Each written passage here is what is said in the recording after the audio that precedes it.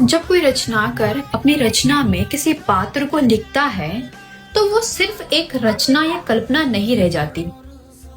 वो उस लेखक की विचार और समाज का एक प्रतीक बन जाती है। और क्या हो जब उस रचना का पात्र ही आपके सम्मुख आकर खड़ा हो जाए तो। ये कहानी है भास्कर की। भास्कर एक प्रसिद्ध लेखक जो अपनी लेखनी रचना से बहुत ही धीरे धीरे प्रसिद्ध हो रहा था। उसकी हर रचना में एक मुख्य पात्र था, जानकी।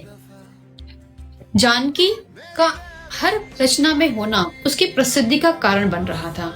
लेकिन वो हमेशा से ही जानकी की रचना में एक मृत्यु और असम्मानजनक मृत्यु लिखता था, जहाँ पे हर रचना में जानकी एक मृत्यु को प्राप्त हो रही थी।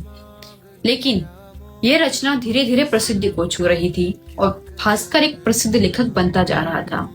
लेकिन कहानी का मोड़ तब आता है जब इस कहानी रचना का पात्र जानकी रचनाकार के सम्मुख आकर खड़ी हो जाती है और वो अपने दुखद अंत को जाहिर करती है।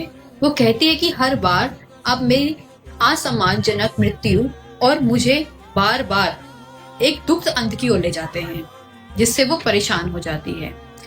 वो ये भी बताती रही है कि आप और मेरा संबंध पहले पिछले जन्मों का है। क्या ये रचनाकार क्या वहम है?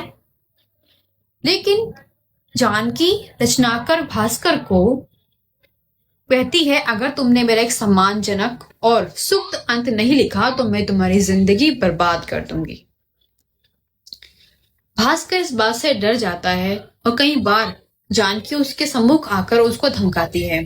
और कई बार ऐसा होता है कि भास्कर को अपमानजनक और अपनी प्रसिद्धि से वो नीचे बार बार उतरता रहता है।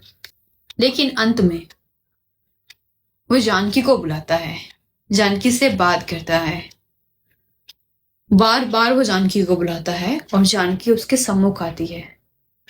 क्या जानकी का अंत सम्मानजनक सुख अंत हो सका?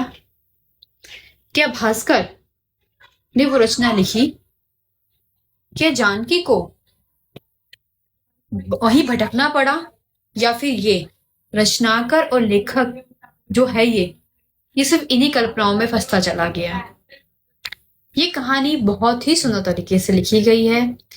इसमें एक लेखक का, एक रचनाकार का अपने लेखन के प्रति लगाव, निष्ठा, और जब हम किसी रचना को सोचते हैं, एक पात्र को सोचते हैं, तो उसको लेकर हम अपनी कितनी ईमानदारी और कितना अपनापन के साथ उस चीज को रखते हैं, वो इसमें आप देखेंगे।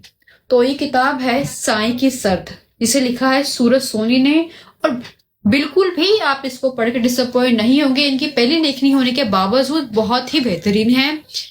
मैं आपको हाईली रिकमेंड करती हूँ कि आप कुछ अच्छा पढ़ना चाहते हैं, कुछ नए लेखक में अगर कोई बहुत से लेखक अच्छा लिखते हैं और उनमें सूरज सोनी का मैं नाम लेती हूँ कि बहुत ही सुंदर लिखते हैं, तो मैं चाहूंगी आप इस किताब को जरूर पढ़ें और जानें कि जानकी का सुखद अंत हो सका।